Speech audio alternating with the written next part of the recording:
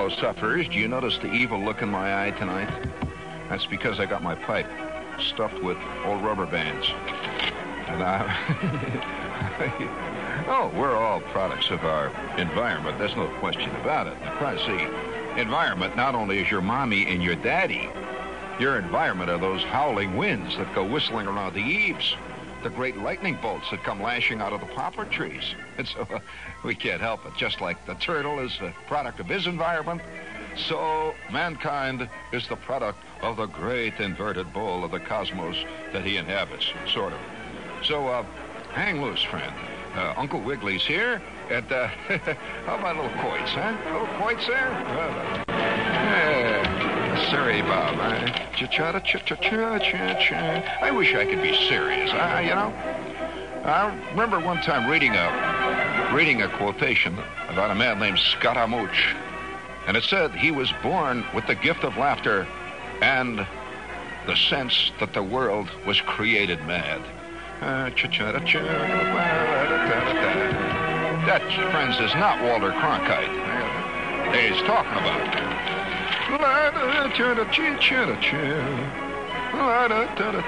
A lot of people think the world is real serious business. Well, 6 of one, half dozen the other. Bring it up, big corny. That's it.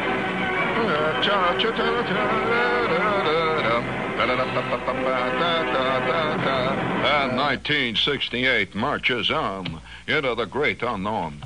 And tonight, I got a real scary one here tonight. And I just want to warn you, if you're nervous type, if you've got a pancreas that sweats, I would like to warn you, look out, because tonight is going to be a scary one. We just have received a note here from Moscow by way of Reuters, and there is no more serious news service than Reuters. Reuters, Moscow, thousands of fearless and hungry hares were reported on the march today in far eastern Siberia.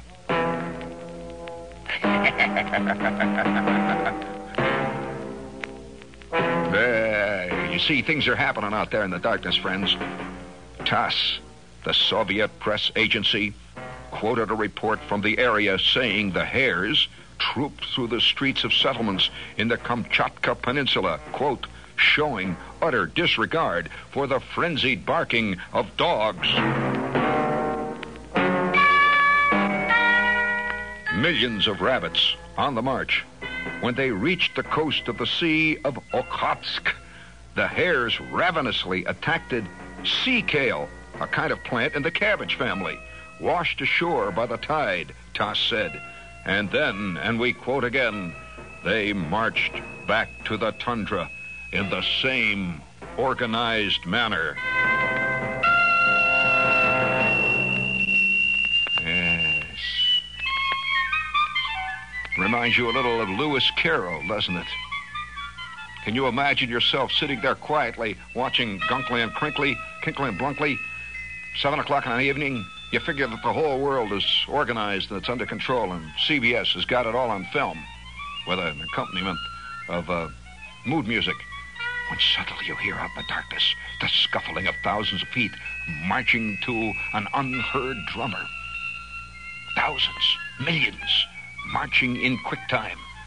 And you rush to the window to look out, thinking perhaps that it's a parade having a preview or maybe a rehearsal.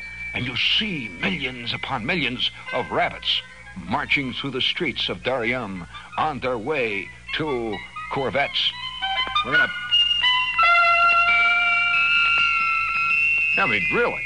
You know, the trouble is, you say, well, it's in the Kamchatka Peninsula, so it doesn't mean anything to you. But this is happening at this minute, right now. Millions of rabbits are on the march. Well, now, most of us living here in what passes for civilization, I mean, we got streetcars, we got, in Philadelphia, we got subways in New York, we got cab drivers, and certainly I've, from time to time, ridden with a civilized cab driver. It ain't often, but we've got civilization here. The flags smartly crack on those flags around the skating rink at Radio City. The flags of all nations, it all seems to be so. Atlas stands there with that great big load of dripping hamburger on his back. And everything seems to be under control. Every morning, Hugh Downs smiles out at millions of sufferers. Every night, David Crinkly, Brinkley, Clinkly, Clunkly, Hunkley grins out with his little wry smile and lets you know that everything's moving along apace. And all the while, mysterious events are under surveillance by those of us who survey mysterious events. In fact, I'll never forget the time. Now, I'm going to tell you a scary story about the march of animals. Now, I'm fully convinced that man is not necessarily the greatest creation walking the face of the earth. Although man is fully convinced of this, and I might point out that by morning, since I have implied that perhaps man is not made in the form of God or God in the form of man, that by morning I will be knee-deep in tracts showing me conclusively that man is the greatest creation on the face of the globe, written by the way, the tract will be written by another man. and this, therein lies the rub. I'm a kid one time, and I go to the movies. And you've all gone to the movies from time to time and sat in there. Now, when you get older, you know a movie's a movie. Well, you don't think of it as real life. Just a movie. It's a, when you see Kirk Douglas battling it out in the Silver Dollar Saloon with a couple of those hard-faced men with the black hats, you don't really think that Kirk Douglas got one in the spleen and that you'll never see Kirk Douglas again. And those guys with the black hats got blasted. You know that you're going to see him in the next picture. It's all kind of the mythology of adulthood. Nobody really thinks Michael Caine is making the scene with Shirley MacLaine in the latest, greatest epic that was hailed by the reviewers of the Village Voice and the New York Times as another searing, searching indictment of man's continual search for erotic satisfaction in a world beset by fears of the atom bomb. Yes. I wonder tonight how many people get their insight into existence through the medium of 35mm film. In Eastman color, widescreen. As a matter of fact, it has been pointed out by several psychologists that man today gains so many of his experiences vicariously that eventually he'll have no experiences at all himself. And he could very well possibly be at birth sealed in a polyethylene bag with a warm fluid to keep him comforting. And he'll be fed intravenously by sterilized foods guaranteed to make him live 227 years, floating in that sealed polyethylene bag. And experiences will be piped into him. And any type of experience he chooses to dial will be piped directly into him, a la Aldous Huxley and the Feelies. And so, friends, I am here to be sensitive for all of you. Bring it up. Put it up there, Corny. That's it.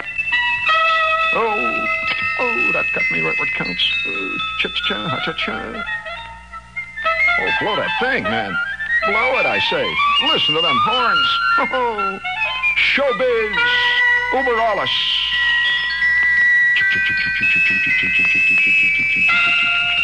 The mysterious sound of time dripping through the enormous hourglass of past and gone existences. Do you think cockroaches have a sense of the passing of time? Do you think giraffes know that the continent of Africa is dissolving 6.5 inches a foot every 10 years? Or did you know that Manhattan is melting, friend? Shoo, bring it up there big. Cha-chonia. And don't forget, wherever you may be, take that ballpoint pen out of your pocket and that chalk out of your watch pocket and scrawl under the Clairol ad, Flick lives. And when one of your friends looks you in the eye and says, Flick, who that? What's that about? You just simply, with a curled lip, say, well, it's all right, Fred.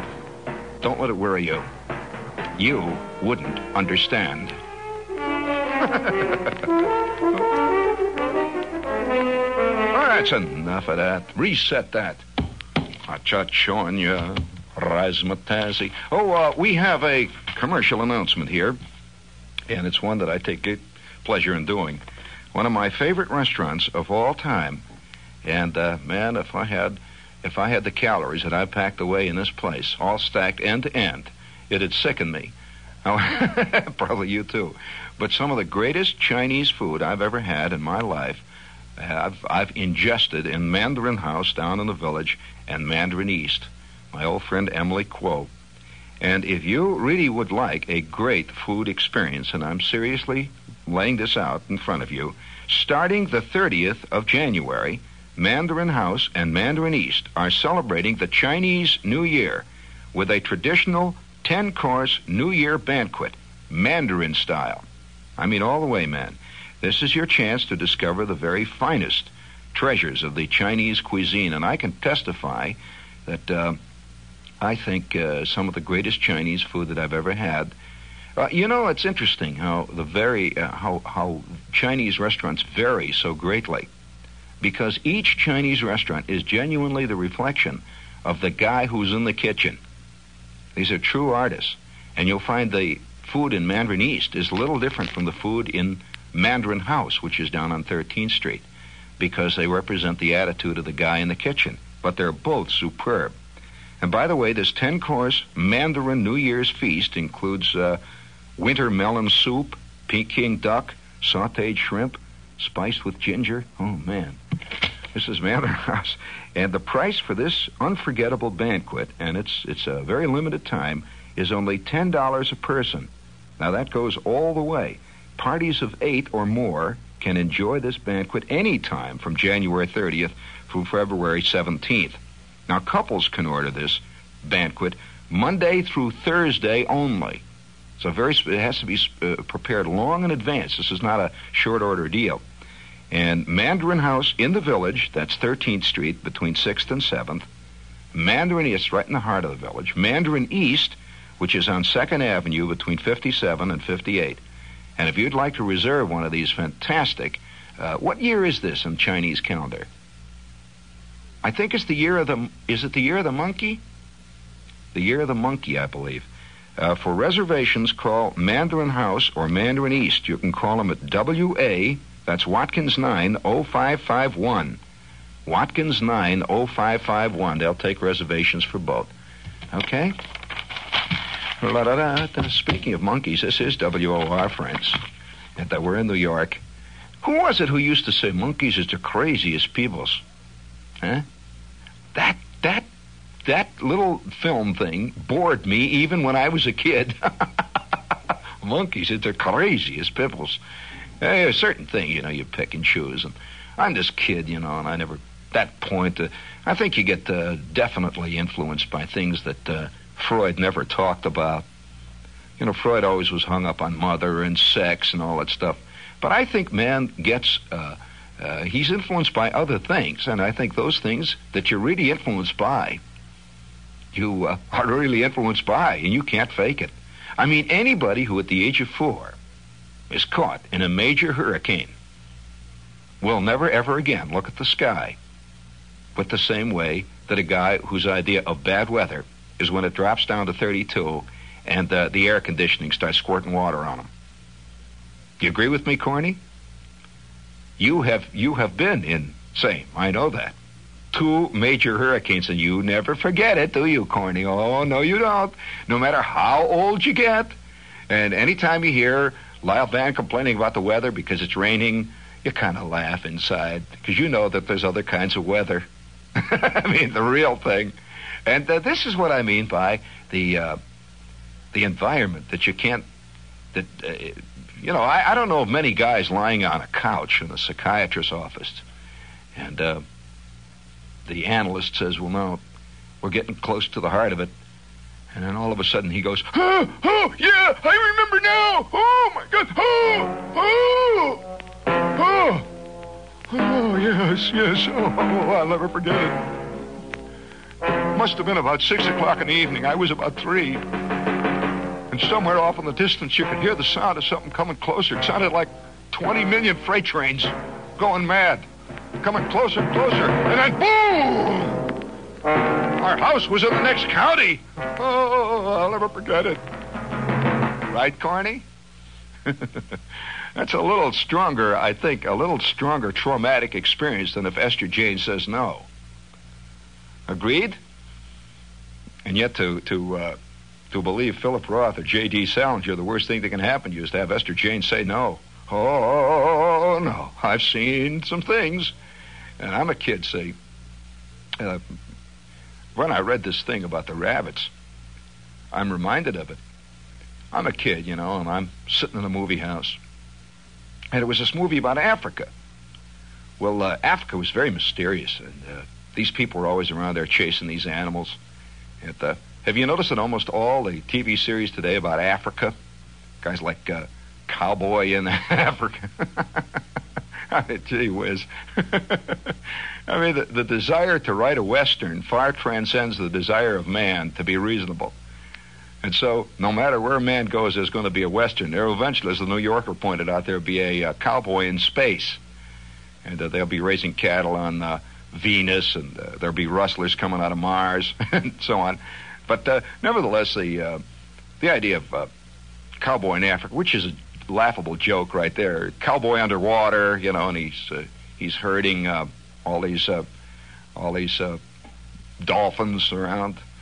And, of course, the herd dog will be Flipper. Have you noticed? I saw Flipper the other night. I was interested. They ought to have Flipper in the UN. I'll tell you, that animal has got more insight. He knows human nature far better than the people on it. And he knows how to get to the heart of things.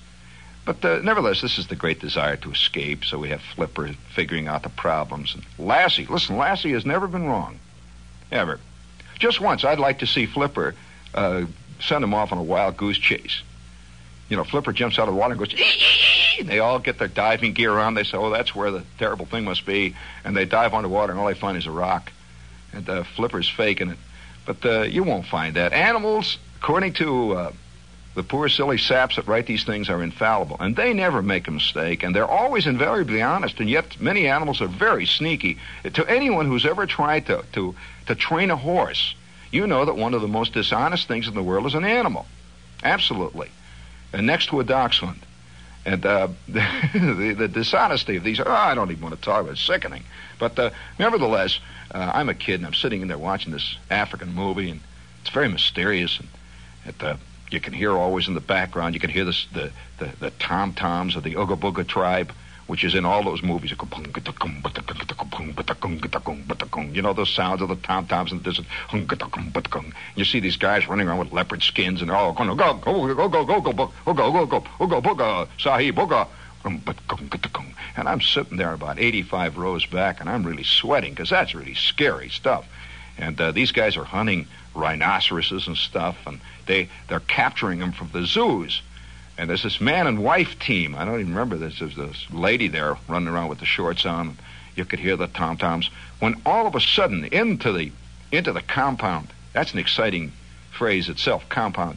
Into the compound, this exhausted native comes in with a spear, and he falls down, and he's covered with sweat, and he's carried the message. And the chief, the head of the party there, this guy with the big hat, with the leopard skin band on it, and the one that's going to make the scene with the wife, Gregory Peck type. He comes over with his 30-30 Mauser strapped to his back, and he says to the exhausted native who's lying there, and he goes, and the native goes, Uga, Uga, Buga, Uga, Buga. They always say Uga, Buga. He goes, Uga, Buga, Mana, Uga, Buga, and he's pointing out there. And the big man with the big hat with the leopard skin turns, and he says, a scourge of locusts is approaching. A 17-year scourge of locusts, and he's eaten 47 million members of the Unga-Bunga tribe already, and they're on their way. Unga-Bunga. And then you hear boom, gong, gong, gong, gong, gong. Oh, holy smokes! Mysterious Africa strikes again. Well, I'm a kid, I'm sweating like mad, and then there was a scene. Boy, you wouldn't believe it. It was photographed in thrilling black and white, and you wouldn't believe it. Actually, a lot of stuff is more scary in black and white. You know that people who make horror films have found out that horror films are like a 45 or maybe 100% less effective if they're filmed in color than if they're filmed in black and white. Because color is too healthy.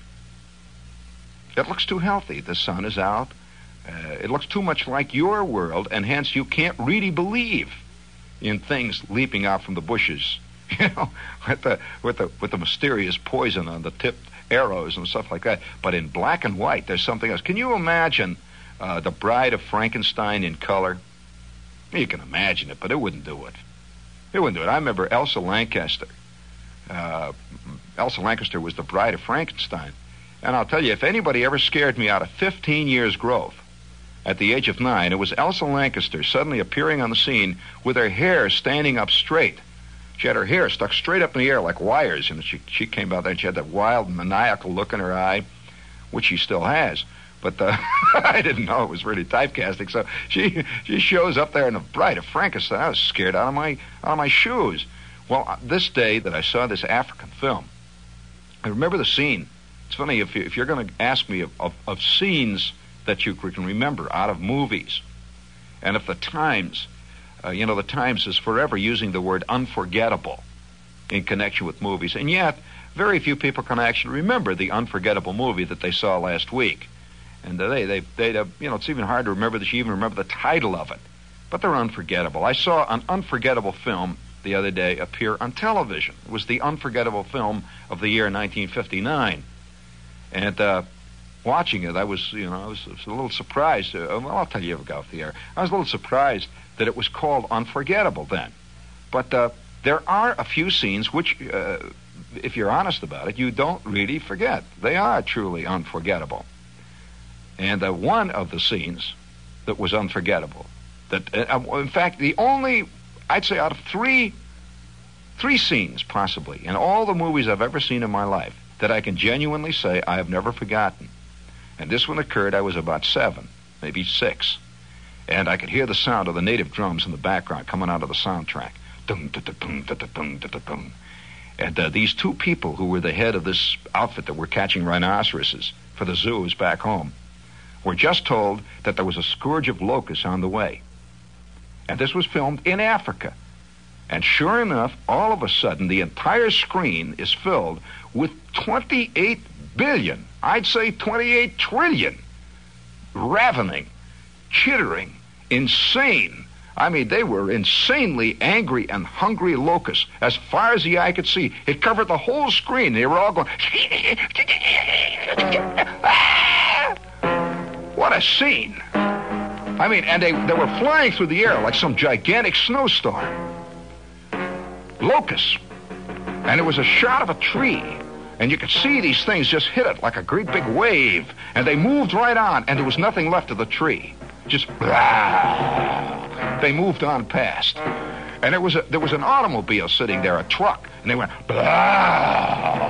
And there was nothing left. They ate all the tires right off of it. Well, I mean, we're naturally scared of bugs.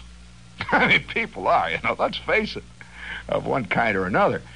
And I couldn't believe this thing. And they had them recorded, and this was actually shot in Africa. They did not do this on the back lot. And the voice said, "You are now seeing one of the rare films of an actual scourge of 17-year locusts, which are attacking this native village and have laid waste over 200,000 square miles of Central Africa." Well, this went on for about 5 minutes in the picture. And finally, the locusts had passed, and peace came.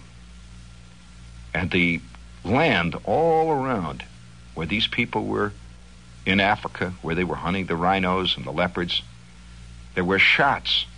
They took the camera, it was as flat and as completely devastated as some kind of pool table that is lost on the junkyard of old dead pool tables. Nothing. Flat. And you could see dust where they had chewed up the roots of the trees and the roots of the grass. And the ground was carpeted with dead locusts. Locusts which had been attacked by their fellow locusts as the locusts moved on. And the only thing that was moving in the entire landscape, there must have been about 250 vultures just moving in great circles over the devastated land. And I sat there. I watched this scene. And I'm in the Orpheum Theater. I mean, the place where we used to see the cowboy pictures, and all of a sudden I'm seeing a plague of locusts. Well, this was a truly unforgettable moment on film. And I walk out, you know that crazy feeling when you walk out of a movie? And there's just ordinary stuff. You can see the bowling alley across the street, and the sign keeps going off and on that says eat. And you can smell the popcorn as you go out through the lobby. And traffic is banging along. And that unreality, that feeling that the world that you have entered, which is the world of the traffic and the world of the sign that says eat, is very unreal. And the world that you have left behind you in the Orpheum is the real one. I'm walking down the street with Bruner. Bruner's quiet, and I'm quiet. We have been seared to the soul by something that Freud never talked about. I don't think Freud ever discussed a guy having a traumatic experience watching a plague of locusts on screen. You know? And, no, it just, you know, he was around. Freud was around before they had movies. I wonder how many guys 50 years from now are going to be lying on the couch and their analyst is going to be prodding them for their traumatic memories, their great breakthroughs into the aha land, where he tells, yes, this is when it happened. And it turns out that all the traumatic experiences that he had were out of films. And the psychiatrist says, yes, and then what did Geraldine Page say to Paul Newman? Now, come on, get it out. Well, I can't say it again. Because vicarious experience is very definitely taking over in our world, and very few people have any actual experiences anymore, and it's all done by hearsay and done through the good offices of Dory Sherry and various other types of that kind. And so I'm sitting there, and I'm thinking about this. I go home, and it's supper time, see. I'm sitting at supper, and I'm unconscionably quiet. I remember my mother turning to me and saying, "What's the matter?" "Nothing." She said, "Well, didn't you have a good time today at the movies?" "Yeah." And a long pregnant pause. The old man says, "Well, what's eating you? Come on now, dig into that red cabbage there." "Mm." My kid brother, sensing difficulties, begins to whimper. The old man says, "Come on, tell us. What's the matter?" I said, "Yeah, I saw a scary movie." And my mother always had this thing, which she always said to my father, and it was, I told you we shouldn't see so many movies." You know, you heard this many times in your life. And he said, "What was it?" I said, "Well, it was about Africa." He said, "What about Africa?" Immediately thinking I saw a scene where a lion attacked a guy or something like that. And I said, "Well, it was about Africa, and they had all these bugs." And he said, "Bugs? What do you mean bugs?" "Well, it was some kind of a funny bug." And he said, "Funny bug? What kind of a funny bug? Now, come on, tell me." "Well, it was some funny bug. It looked like a grasshopper or something." Yeah. My mother says, "Oh, come on now. You're okay. They're not going to come in here." Yeah. It's a bug called a locust or something, and it came and made a funny sound and ate everything up. And there must have been millions of them, and they were squeaking and everything. I thought, this locust. A scourge of locusts, huh? You saw a scourge of locusts in the movies? I said, "Yeah." Of course, you know, the kind of movies that my mother and father saw ran heavily to the Fred Astaire, Ginger Rogers type, which was about as far from reality as you could conceivably get. I can remember Fred Astaire was always dancing on top of a grand piano wearing a high silk hat. And he had this cane that always blew up. You know, he'd hit it down, it would go pow, make firecrackers go. And Ginger Rogers was always wearing this suit, this dress, this long dress that had sparkles all over it. And I always wondered how come it didn't itch. And it was about as far away from reality as you could get. And that was the kind of movies they saw. The kind of movies that they were feeding the kids on Saturday afternoon was where it was really happening. I mean, it was 2 o'clock in the afternoon after they had the drawing for the bicycle. We saw the Scourge of Locusts.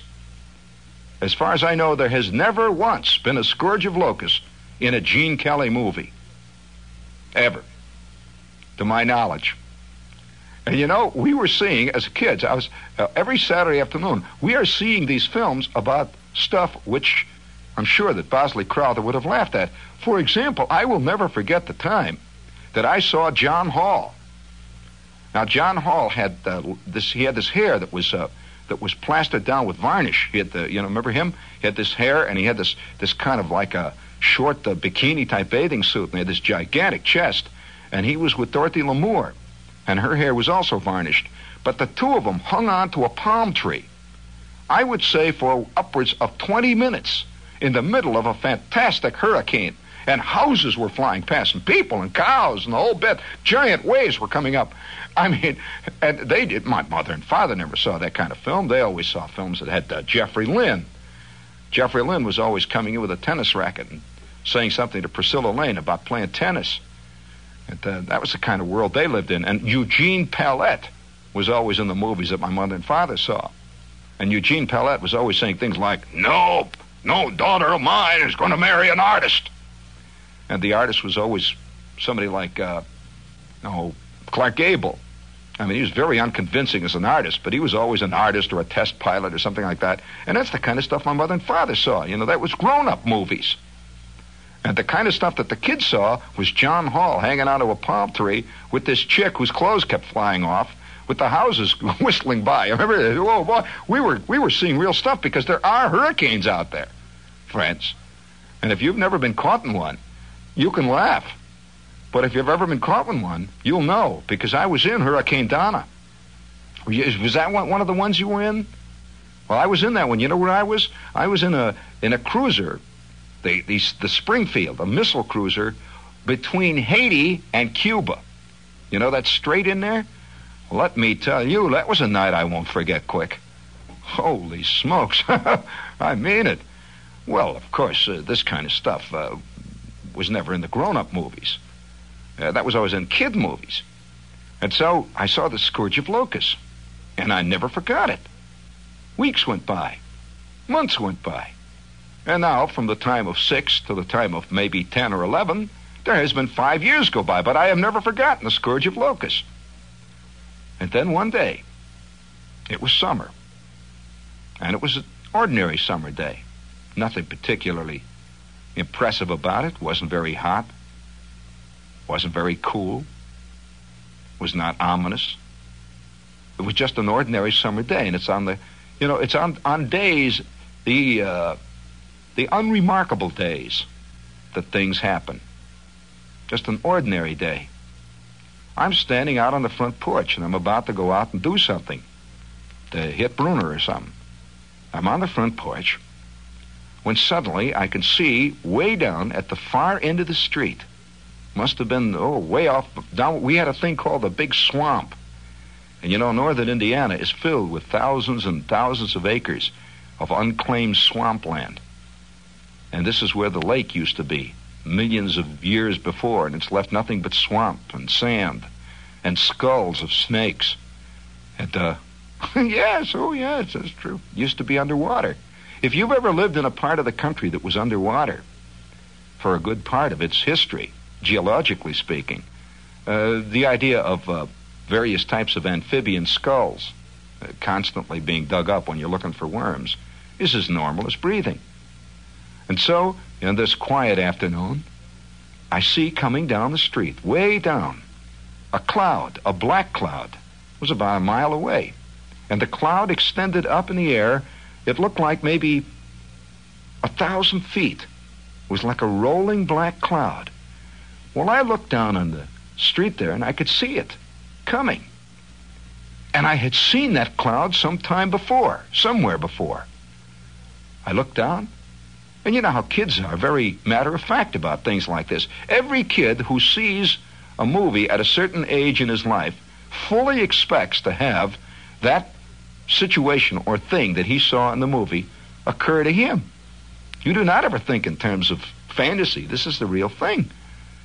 And I looked down the street and I saw this cloud.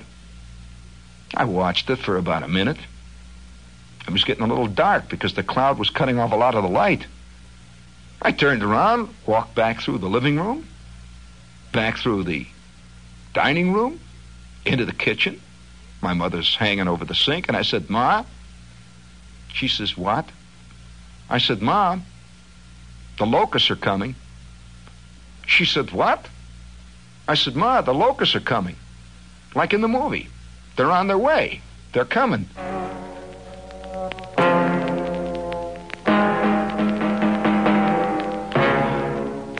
She says, "Will you stop bothering me? Can't you see I'm busy?" I said, "Okay." So out I went on the front porch to watch the locusts come.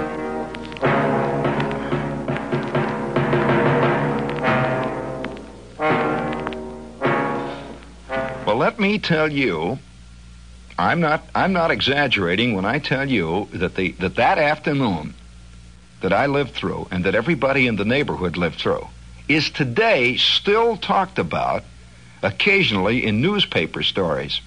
In fact, not more than a year and a half ago, I saw a reference to this afternoon in Time magazine. That's right. That it was one of the biggest attacks of locusts that had ever been seen in the Midwestern states since around the year 1838. Well, I could see them coming down the street, and as a kid, I always expected to have the locusts come because I saw them in a movie about Africa. Never, it didn't surprise me. But if you've never seen a scourge of locusts, I will attempt to describe what it was like. First of all, the sound. Locusts are a flying animal, a flying creature. And to describe to you what a locust looks like, let me tell you this way. If you can imagine, you've all seen big grasshoppers. Now, there's several kinds of grasshoppers. There's the little green grasshopper.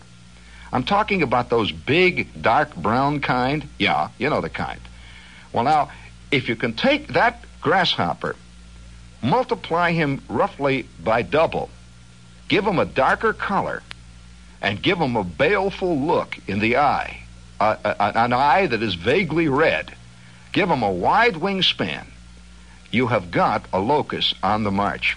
Now, there are two kinds of locusts. There's the 7-year locust and the 17-year locust. And they reappear at those intervals.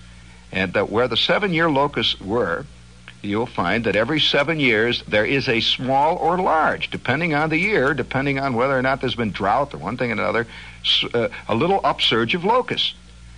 The worst of all are the 17-year locust. And the 17-year locust has to have all the proper conditions exactly right. Now, it is not true that every 17 years there is a scourge of locusts. There is a smaller or a larger one, yes. But every 17 years, these locusts stir. And if the conditions have been right in the past 5 years, perhaps, maybe the past 10, you will see a genuine scourge. Well, these locusts hit northern Indiana like a fantastic tidal wave. The first thing that gets you is the sound. You can hear them coming from maybe 2 or 3 miles away, and they march in a front. They do not just suddenly appear like mosquitoes. They come in a body. They come in a great, vast cloud. It's as though somewhere the bugle has blown, and all the 17-year locusts come climbing out of their hole, and they fly to the orderly room. They fly to the parade ground. They all get together, and then they lay it on you. Apparently, there's something in the mind of this animal that says, singly, he'll be stepped on. He would never make it. But you put 2.5 billion locusts together, and stepping on them doesn't do you one bit of good. They just come out. It's like a drop of water. It's very difficult to drown in a drop, but ain't hard in the ocean. I mean, And so they came out of in fact, the west.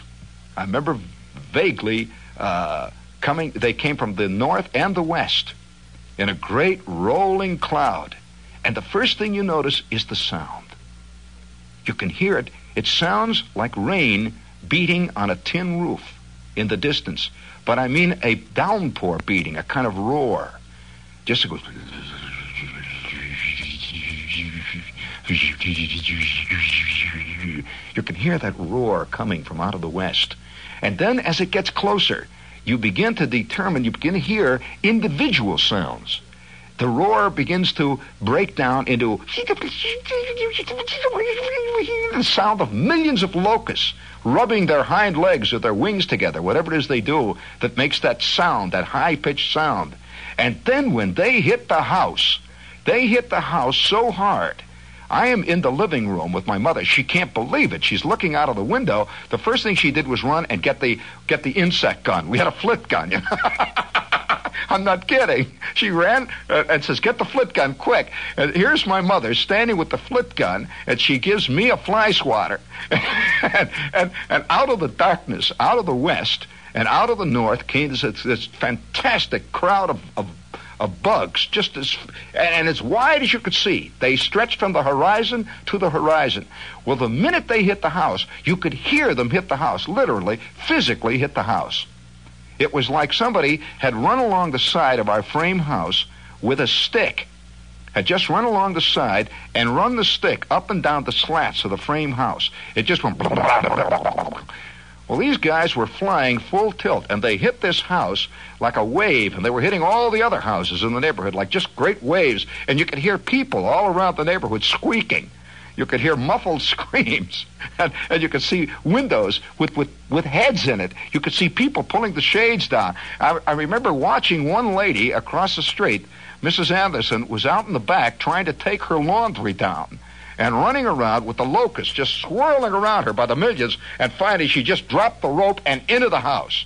I always remember that sight of her just dropping the rope, and the clothes poles fell down, and the locusts swarmed over all the pants and the underdrawers, and she just ran screaming into the house with about 40,000 locusts hanging onto her. And then that sound of the locusts eating. That is an indescribable sound. The locusts eat everything that is in their path. They chew the paint off houses. They actually eat clotheslines. They eat the shingles off the roofs of garages because they like the tar. They eat anything that isn't made of stone or solid, hard, old petrified wood. And the sound of the locust eating, it's a steady sort of a low, you know the sound of a meat grinder grinding up hamburger? It's a steady, low grinding sound, coupled with the 40 trillion sounds of those high-pitched wings. They're eating. And within 3 hours, they're all gone. They just move right on, leaving 47 billion dead locusts in their path. And I remember coming out on the porch, and it's just getting to be twilight now. The sun is shining, and off in the east, you could see the cloud receding in the distance. And the light begins to come back into the street. And you look around, and you saw thousands and thousands and thousands of dead locusts, and the lawn has completely disappeared. The clotheslines have disappeared. Mrs. Anderson's overalls across the street are nothing but 3 buttons to say Big Yank on them. It was the day the locusts hit. You don't see that in Ginger Roger movies. You don't see it in Michael Caine, Shirley MacLaine movies. But they're out there. Right now, under the ground of Jersey, there are some 17-year locusts waiting for the gong to strike.